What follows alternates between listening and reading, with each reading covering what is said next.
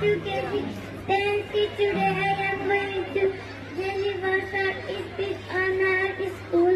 Our school's name is Gotha Secondary School. It is located in Tulsipur, Parwagaon. Our school has a big playground, classrooms, a library, and a canteen. For students, there are 8 school buses. More than 3,000 students are studying.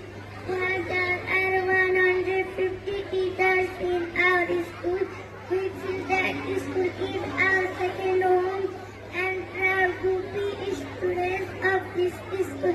Thank you.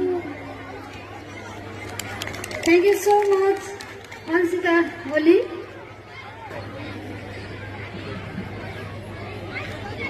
को परिचय दिन्छ।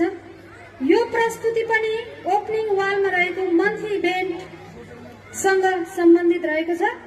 अबको पालोमा monthly event related performance. युकेजीमा पढ्छु। मेरो स्कुलको नाम गोर्खा माथि हो। आज हामी दसैँको बारेमा भन्न गइरहेका छौँ। दसैँ हिन्दूहरूको महान चाड हो।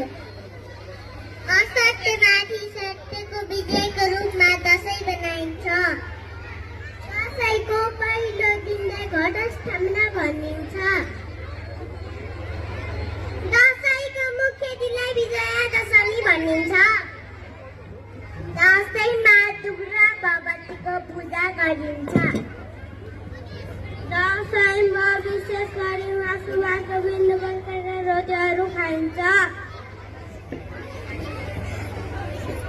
दसैँ टिकाको दिन ठुलाको हातबाट टिका सामान लगाई आशीर्वाद दिन्छ। दसैँमा विशेष गरी नयाँ लुगा लगाउने, पिङ खेल्ने, आमा घर जाने, चङ्गा उडाउने गरिन्छ। सहरबाट गाउँमा धेरै मानिसहरू दसैँ मनाउन आउँछ।